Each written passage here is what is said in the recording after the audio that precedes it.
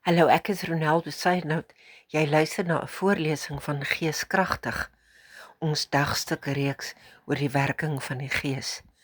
Vandag is die 11de voorlesing en die tema is die Gees dra jou in volharding.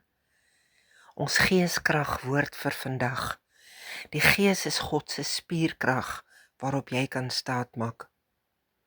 In Romeine 5 vers 3 en 4 lees ons: swaar kry kweek volharding, volharding kweek egtheid van geloof en egtheid van geloof kweek hoop.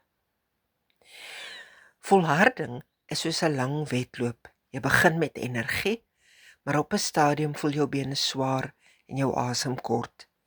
Dis juis dan wanneer die Gees jou dra. Hy is die krag wat jou spiere aan die beweeg hou wanneer jy self nie meer kan nie. Volharding is nie jou eie prestasie nie. Dit is die Gees wat jou in die wedloop hou, totdat jou geloof diepte kry en jou hoop sterker word. Ek bid graag saam met jou.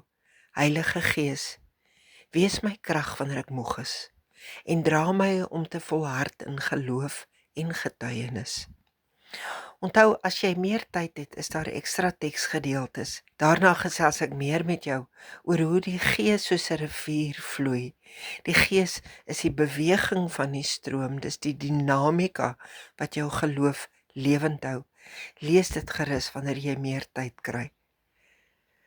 Die vraag wat ek jou vandag wil agterlaat is: waar is jy werklik bewus van die volhardingskrag van die Heilige Gees in jou lewe? Dink bietjie hieroor na. Môre se vraag is: hoe bring die Gees jou geloof tot volwassenheid? Tot dan.